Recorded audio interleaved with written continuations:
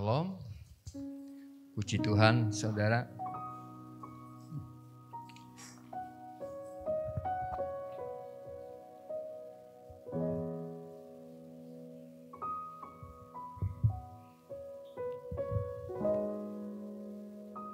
Ya, masa menjelang kedatangan Tuhan sudah semakin dekat dan biarlah kita terus berkarya di dalam Tuhan. Ya. Masa menjelang kedatangan Tuhan, keadaan tidak semakin baik, saudara. Tetapi kita lihat bahwa Alkitab sudah mencatat semuanya akan menjadi buruk. Berapa bulan yang lalu saya mendengar dan melihat televisi, kejahatan itu bukan hanya dilakukan orang besar, tetapi anak-anak sudah berani membunuh temannya sendiri. Usia 9 tahun, sudah menghabisi 2 orang teman bermainnya. Dan kejahatan semakin bertambah.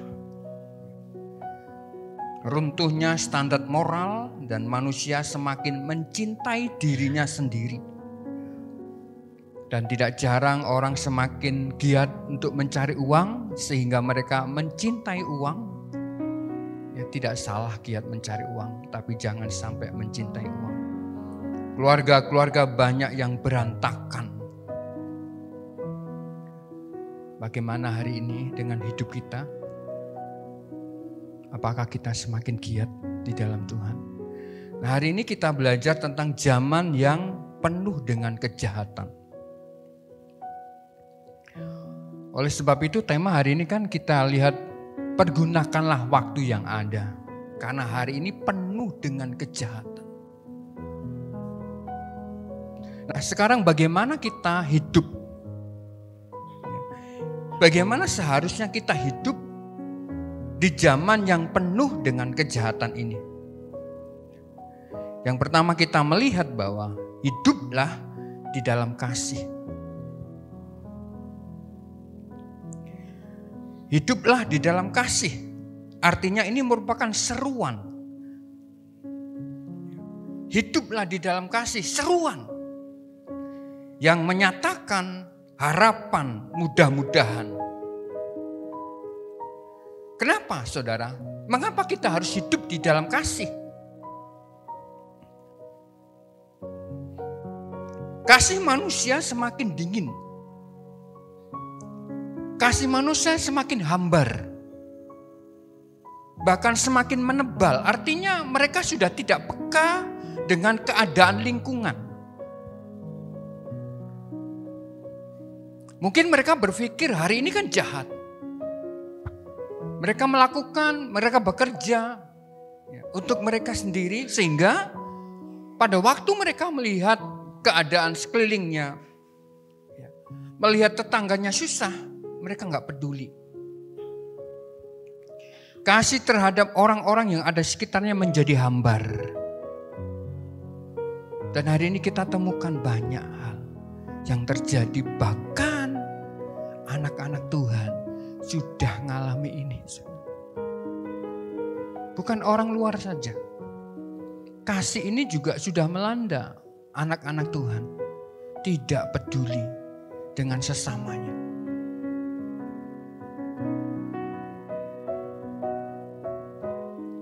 Manusia sudah tidak peka lagi dan tidak bisa mendengar suara Tuhan. Sudah gak peka lagi. Tuhan berbicara sudah tidak bisa menerimanya.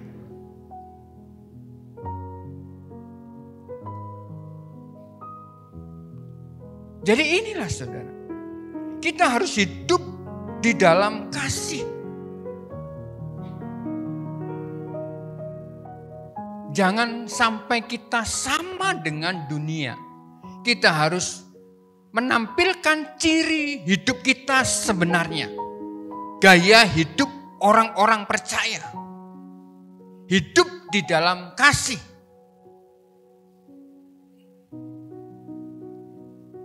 Memang keadaan semakin jahat. Keadaan semakin susah. Tapi kita jangan kehilangan jati diri kita sebagai orang-orang percaya.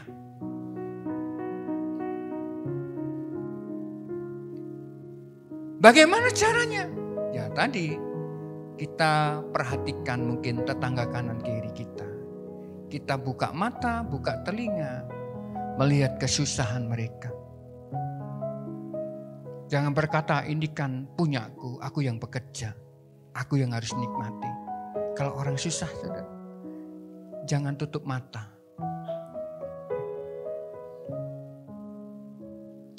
Yang kedua, hendaklah hidup oleh iman. Hiduplah oleh iman. Bukan dengan penglihatan. Artinya apa? Hidup dengan keyakinan kepada Tuhan artinya. Bukan dengan apa yang terlihat. Kitab Ibrani sudah sangat jelas. Kita hari-hari ini diperhadapkan dengan banyak kesusahan, kesulitan, ekonomi, bahkan banyak hal yang kita hadapi. Mari kita mempertebal iman kita.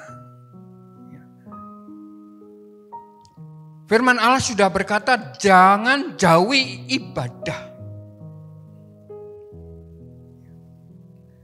Semakin sulit, kita harus semakin dekat dengan Tuhan.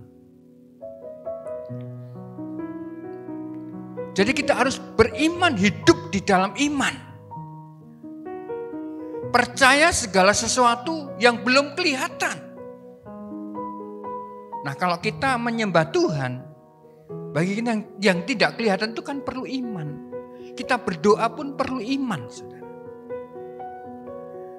Kalau kita berdoa, kita berharap gak ada iman, percuma kita berdoa. Kita perlu iman. Dan iman itu dikatakan tidak harus melihat. Nah, kebanyakan orang itu kan melihat baru percaya. Kecenderungan manusia itu seperti itu. Sama dengan saya dulu. Saya sampai ngetes Tuhan berkali-kali. Tuhan kalau begini pasti ini. Kalau begini pasti ini. Tetapi tidak demikian, saudara. Kalau saudara berdoa, Tuhan kasih damai. Itulah yang sudah terjadi dalam hidup saudara. Jadi kita harus hidup oleh iman. Hiduplah oleh iman. Bukan dengan penglihatan kita. Di dalam 2 Korintus pasal 5 ayat 7. Hidup oleh iman artinya percaya pada Tuhan dengan janji-janjinya meskipun belum melihat hasilnya. Kita percaya kepada Tuhan. Kita mengaminkan segala sesuatu yang kita doakan. Sekalipun hari itu, besok lusa, kita masih belum melihat apa yang kita doakan. Tetapi kita harus percaya bahwa Tuhan sudah mendengar doa kita. Menunggu bagaimana kesetiaan kita pada waktu kita mempergumulkan apa yang kita doakan. Jadi di akhir zaman ini, saudara, zaman yang penuh kejahatan ini, kalau kita tidak hidup di dalam iman, kita akan menjadi orang yang khawatir. Kita akan terombang-ambing. Dan iman itu hanya didapat pada waktu kita mendengar firman Tuhan. Dan firman itu bertumbuh di dalam hati kita. Itu yang dikatakan Allah di dalam hidup kita. Hidup di dalam iman. Menempatkan bimbingan Tuhan di atas kekuatan atau keraguan. kita harus menempatkan Allah di dalam hidup kita. Kita harus mempercayakan semuanya kepada Tuhan. Jangan menempatkan kepercayaan kita kepada apa yang sementara. Kekuatan kita, kebisaan kita, kekayaan kita. Tempatkanlah Allah di dalam kehidupan kita dan satu-satunya. Sehingga kita tidak menjadi ragu pada waktu kita menghadapi kesulitan, kesusahan, dan zaman yang penuh dengan kejahatan sekarang ini.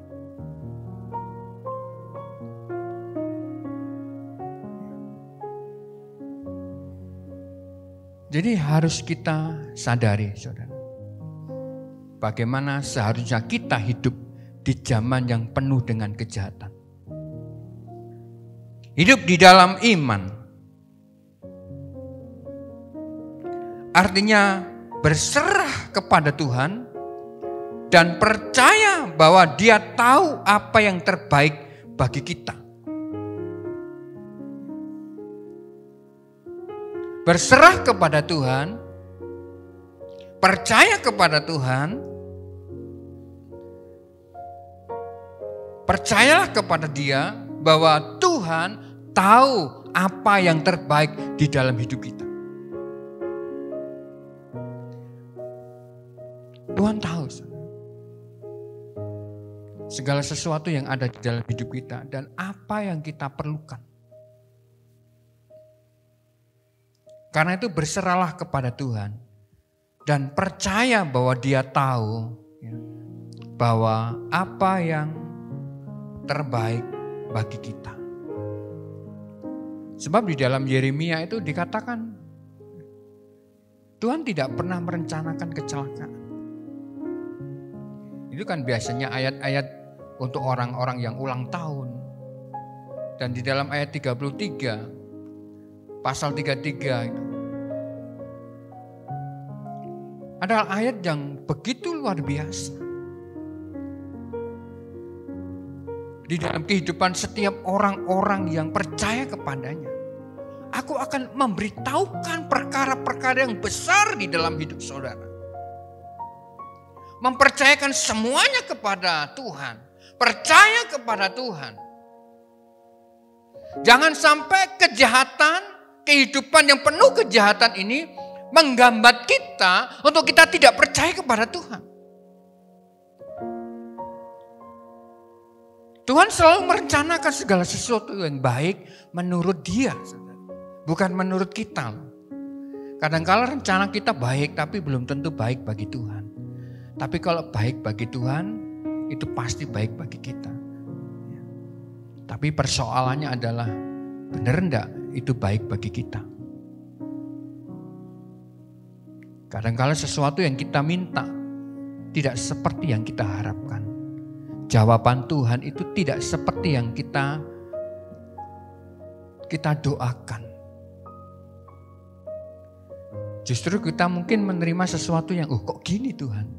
Tapi percayalah, Tuhan baik di dalam hidup kita. Amin. Dia selalu baik. Kadang-kala saya minta sesuatu, Tuhan, kok begini Tuhan? Saya tidak memaksakan kehendak. Segala sesuatu itu indah pada waktunya. Nah, yang ketiga, hidup sesuai dengan firman Allah.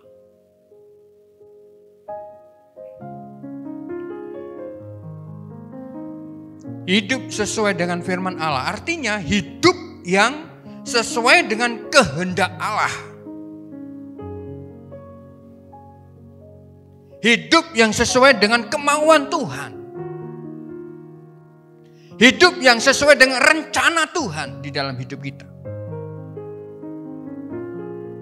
Nah, hidup yang sesuai dengan rencana Allah itu yang bagaimana, saudara?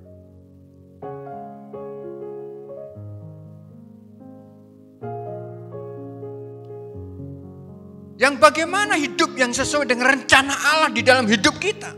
Ya tentunya itu sejalan dengan pikiran Tuhan, sejalan dengan kemauan Tuhan di dalam hidup kita. Apakah kita nggak boleh melangkah sendiri? Oh boleh, saudara. Kita boleh berjalan. Tapi ingat, jangan jauh-jauh. Nanti tersesat kita.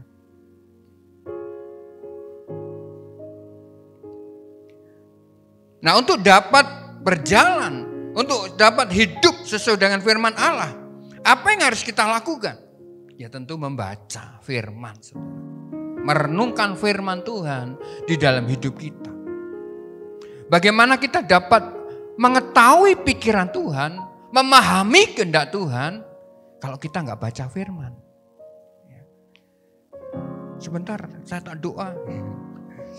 Kadang-kala orang yang ekstrim, kadang-kadang nggak baca firman, kan kayak dukun gitu, ekstrim. Baca firman, saudara. Membaca. Menjalin hubungan yang baik dengan Tuhan melalui saat teduh. Saat teduh pagi. Ada orang yang gak bisa pagi ya siang. Cari jam yang memang benar-benar kosong dan nyantai. Dan memang seharusnya pagi itu kan nyantai. Pagi-pagi. Terus jangan meninggalkan komunitas. Berkomunitas.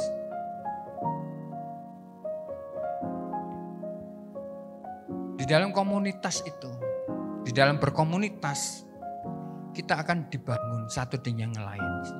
Dengan kesaksian,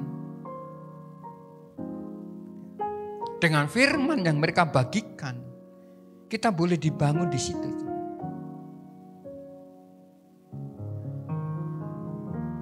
Kita dilengkapi.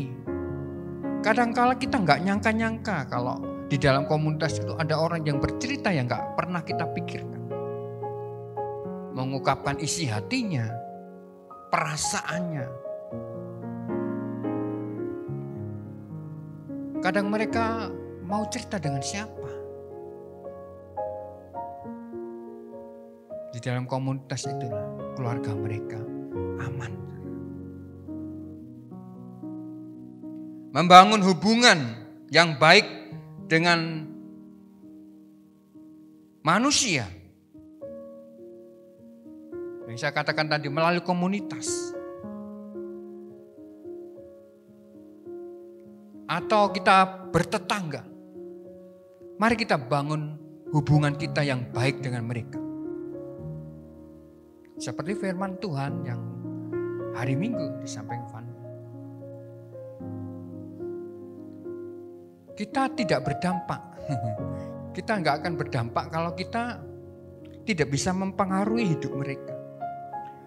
Kita nggak akan pernah bisa berdampak kalau kita tidak bisa mencontoh. Kita menjadi contoh bagi mereka.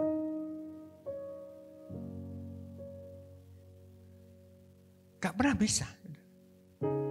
Gimana kita berdampak, kita sendiri tidak bisa memberi contoh yang baik bagi mereka. Kita harus memberikan contoh bagi mereka. Akhirnya hidup kita berdampak bagi orang lain. Ini yang Tuhan inginkan di dalam kehidupan kita sebagai orang-orang percaya. Dalam menghadapi zaman yang penuh dengan kejahatan, jangan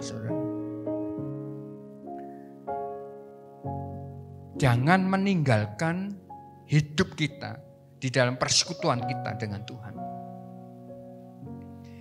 Yang keempat, jagalah hatimu dengan segala kewaspadaan. Di dalam zaman yang penuh kejahatan ini, mari kita jaga hati kita dengan segala kewaspadaan di dalam Amsal itu. Mengapa kita harus menjaga hati kita dengan segala kewaspadaan? Karena hati merupakan pusat pengendalian sikap dan sumber dari pemikiran kita. Kalau hatinya kotor, pemikirannya juga kotor. Kalau hatinya serakah, ya serakah tindakannya. Kalau hatinya jahat, keluarnya juga jahat.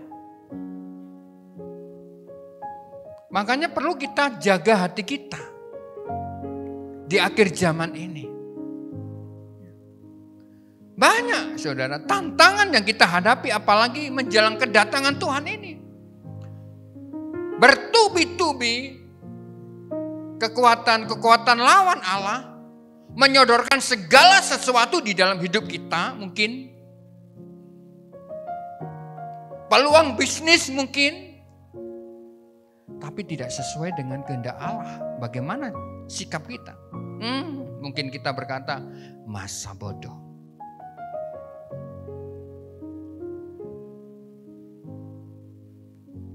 Jadi kita lihat saudara. Kita harus jaga hati kita benar-benar. Apakah kita bisa seperti Tuhan? Oh bisa saudara. Kita mungkin tidak seperfect Tuhan. Sempurna seperti Tuhan. Tapi kita bisa jaga hati kita, jaga sikap kita bisa. Hari ini kita bertanya apa yang tidak sesuai dengan kehendak Tuhan. Bisa. Makanya pertobatan itu harus kita lakukan setiap hari. Setiap hari.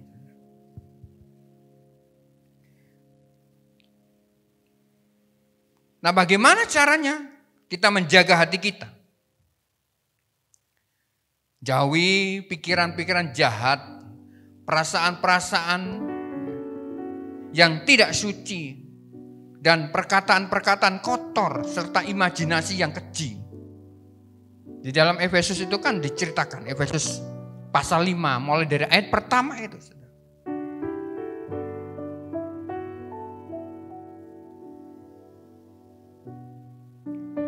Dan ini seharusnya sudah tidak ada di dalam hidup orang-orang percaya. Perkataan-perkataan seperti ini. Kemarin saya renungkan, kadang-kala guru itu ya, guru gitu kadang-kala sudah tidak murni, tidak suci. Saya kemarin guru sama Doni itu, iya tidak suci ini.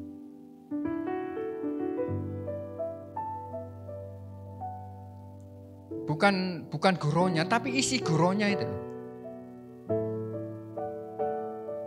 Waduh Tuhan, aku salah. Tengah malam, saya katakan seperti itu. Kita harus benar-benar menjaga hidup kita. Perkataan-perkataan kotor jangan keluar dari mulut kita. Lata kan kadang-kadang. Jangan sampai. Serta imajinasi-imajinasi yang keji. Maksudnya kayak apa ini?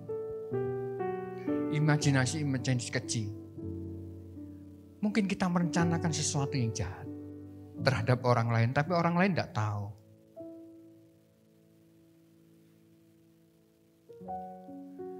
Ini sangat berbahaya bagi kita, orang-orang percaya. Jauhi godaan dan dosa seperti kemarahan, kepahitan, tidak mau mengampuni, atau amoral seksual. Apa maksudnya ini? Sudah sangat jelas, jauhi godaan seperti kemarahan, kepahitan, tidak bisa mengampuni. Dan ini kan makanan kita setiap hari. Apalagi kita mungkin menjadi seorang bos, mungkin banyak karyawan, banyak pembeli. Tidak semuanya menyenangkan hati kita. Kadang-kala ada yang menjengkelkan. Bahkan sampai kepikiran, dibawa tidur, direnungkan. Nah ini yang bahaya. Dibawa tidur, direnungkan, dibawa pulang, dibawa tidur, direnungkan. Akhirnya jadi penyakit. Amoralitas, seksualitas, imajinasi. Membayang-bayangkan sesuatu hal yang tidak kudus, tidak suci.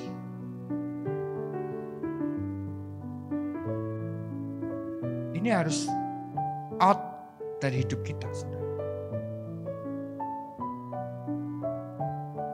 Harus hilang dari hidup kita. Kenapa? Ini sudah nggak pantas. Kita ini anak-anak Tuhan. Kalau kita baca di dalam Efesus pasal 5 ayat pertama itu. Sangat jelas.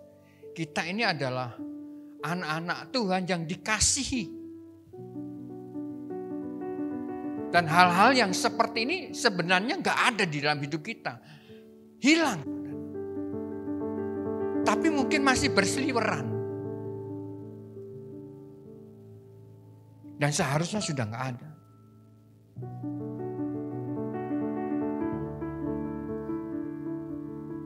Waspadalah saudara. Pengajaran-pengajaran yang kelihatannya baik, jauhi saudara. Masuk akal tapi sebenarnya menyesatkan. Nah di dalam Efesus itu kan diterangkan pasal 5. Orang-orang yang melakukan ini, pikiran-pikiran mereka masih cabul, masih gini-gini.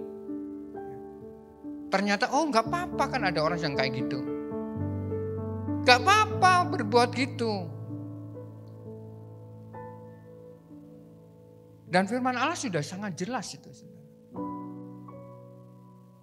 Mereka tidak dapat bagian di dalam kerajaan Allah. Mereka sebenarnya belum mengenal Tuhan. Mereka belum percaya kepada Tuhan. Sehingga mereka masih hidup di dalam kehidupan-kehidupan yang lama.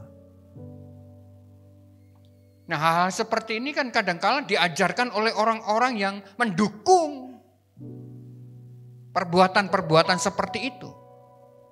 Tidak apa-apa. Kadang-kala seperti itu. Tidak apa-apa. Kamu gini, gitu. Enggak apa-apa. Tuhan tidak marah kok. Ini pengajaran sesat. Menyesatkan.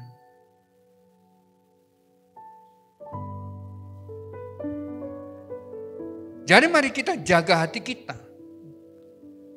Dengan segala kewaspadaan. Dari segala apapun yang mempengaruhi hati kita. Yang mempengaruhi hidup kita. Sehingga hati kita menjadi kotor. Jauhi saudara. Jaga hati kita. Pikiran kita jaga saudara. Dari segala apapun. Saya mau cerita penyesatan saudara. Penyesatan itu kan bukan pengajaran sesat saja.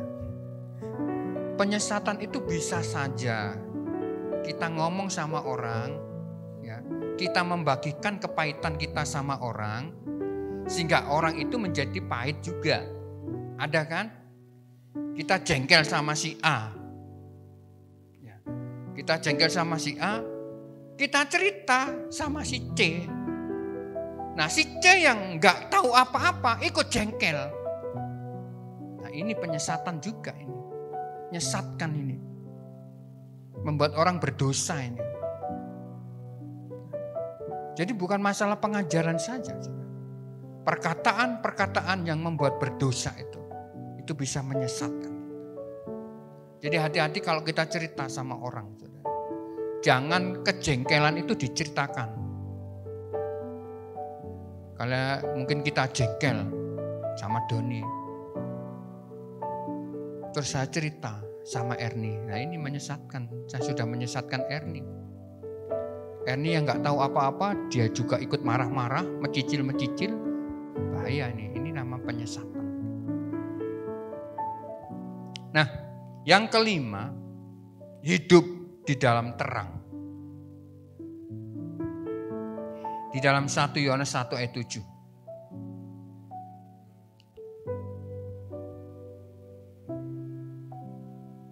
mempercayai firman Tuhan, dan berusaha dengan sungguh-sungguh melakukannya dalam hidup sehari-hari.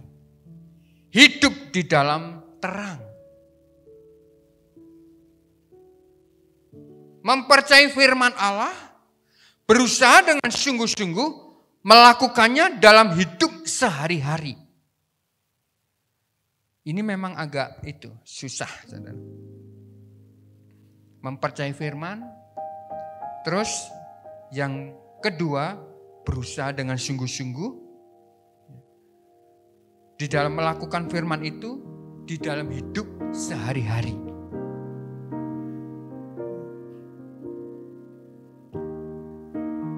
Saya punya adik, saudara, adik laki-laki, adik kandung pas bawah saya. Dia berjemaat di gereja di Lamongan. Dia juga sebagai guru. Dia katakan, pendetanya tuh kolot mas, katanya. Loh kok bisa? Iya, kaku. Kalau sudah firman ayo, sudah gak bisa ditekuk-tekuk. Masa sih? Iya, itu bagus. Firman itu gak bisa dikompromi. Kalau firman berkata seperti itu, ya lakukanlah seperti yang difirmankan itu. Ini saudara. Jadi hidup di dalam terang itu memang susah. Apalagi di dalam kegelapan ini kan. Banyak kompromi-kompromi yang harus kita lakukan. Di dalam dagang pun gitu. Banyak kompromi-kompromi. Kalau enggak gitu, enggak goal katanya.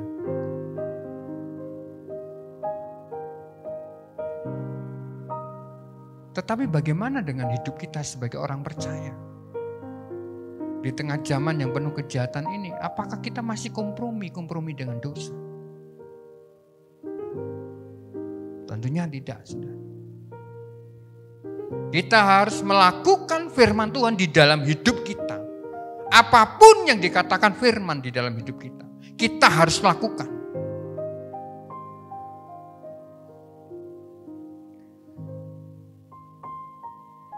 Kita beroleh persekutuan seorang dengan yang lain.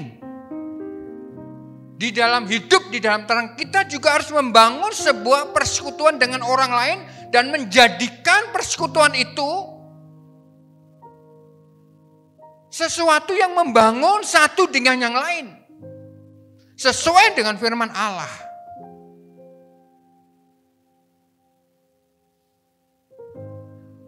Jadi kita harus membangun kehidupan yang sesuai dengan kehendak Allah di dalam hidup kita. Berjalan di dalam terang Tuhan.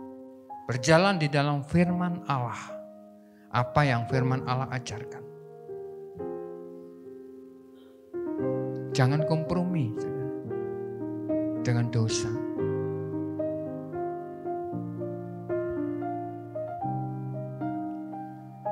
Yang keenam, saling mengampuni dan saling memaafkan. Saling mengampuni, saling memaafkan. Suatu tindakan, perbuatan yang berbalas-balasan.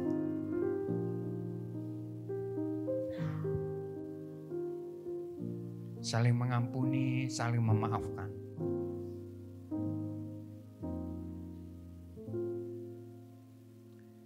Kita harus hidup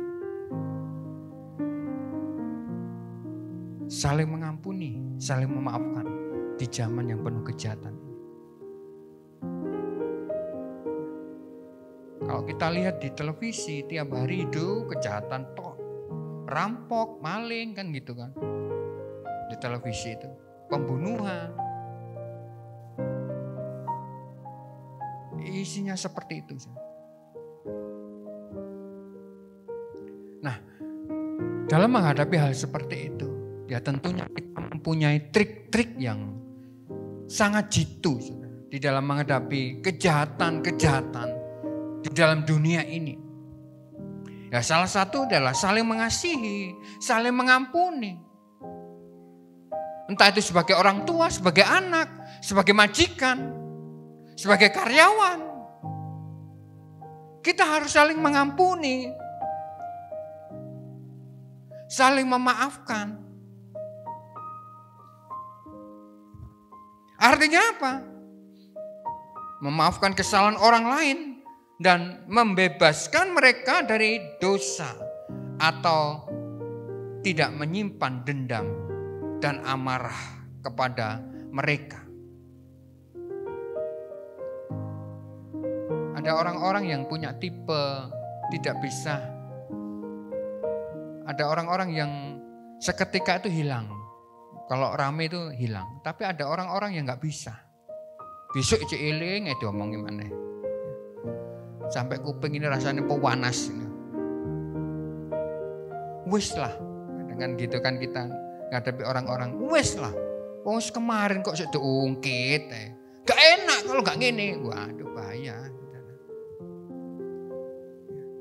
Ada orang-orang seperti itu. Diungkit-ungkit.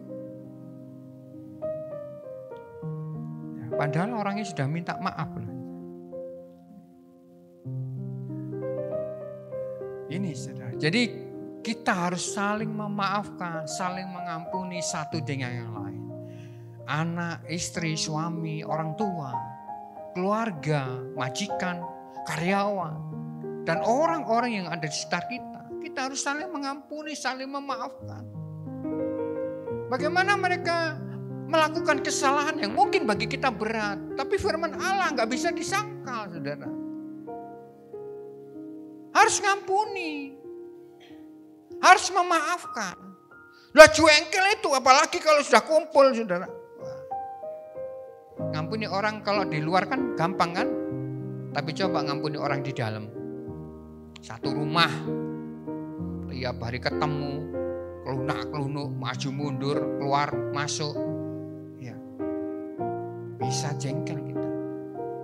Tapi firman Allah katakan seperti itu. Ngampuni, memaafkan.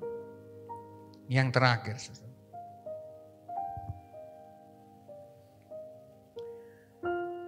Tetaplah menjadi berkat buat orang-orang lain. Melalui pemberitaan kabar baik. Tetaplah menjadi berkat bagi orang lain sekalipun kita hidup di dalam zaman yang penuh kejahatan. Dan jangan lupa beritakanlah firman.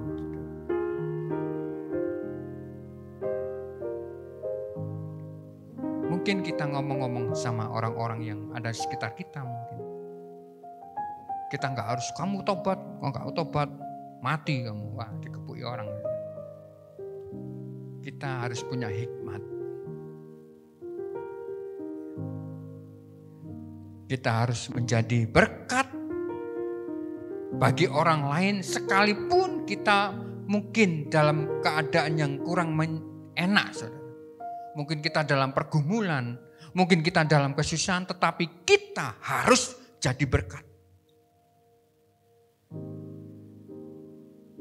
Ini yang susah. Wong susah harus jadi berkat. Loh ini firman. Kita harus jadi berkat. Apapun keadaan kita harus jadi berkat. Dan jangan lupa kabarkan firman itu di dalam hidup orang-orang sekitar kita. Ya berkat tadi itu, sikap kita, ya kan?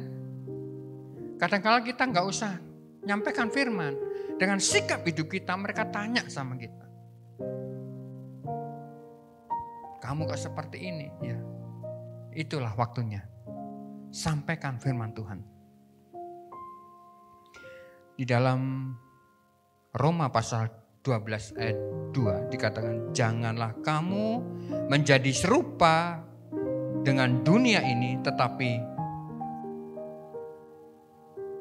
berubahlah oleh pembaruan budimu sehingga kamu dapat membedakan manakah kehendak Allah, apa yang baik, yang berkenan kepada Allah, dan yang sempurna. Dunia yang penuh kejahatan, zaman yang penuh kejahatan, firman Allah menasihatkan kita, jangan serupa dengan dunia. Tetapi berubahlah oleh pembaruan hidupmu. Karena itu hari ini saudara, di zaman yang penuh dengan kejahatan ini, tampillah beda. Jangan seperti orang dunia, tetapi jadilah dirimu. Katakan di dalam hidupmu, aku adalah anak Tuhan. Aku harus beda dengan dunia. Karena aku diciptakan Tuhan menjadi garam, menjadi terang bagi mereka yang hidup di dalam kegelapan. Amin. Warta Jemaat. Mari seluruh jemaat bergabung dengan komunitas sel untuk bertumbuh bersama-sama belajar dan saling berbagi. Untuk penempatan komsel, dapat menghubungi Bapak Gembala. Ibadah doa dan komunitas doa pelayan Tuhan hari Jumat pukul 6 sore. Ibadah raya pertama pukul 6:30 pagi, sekolah minggu dan remaja pukul 8:30 pagi, ibadah raya kedua pukul 4 sore.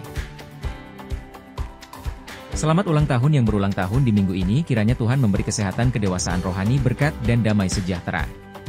Akan diadakan baptisan air tanggal 18 April 2025.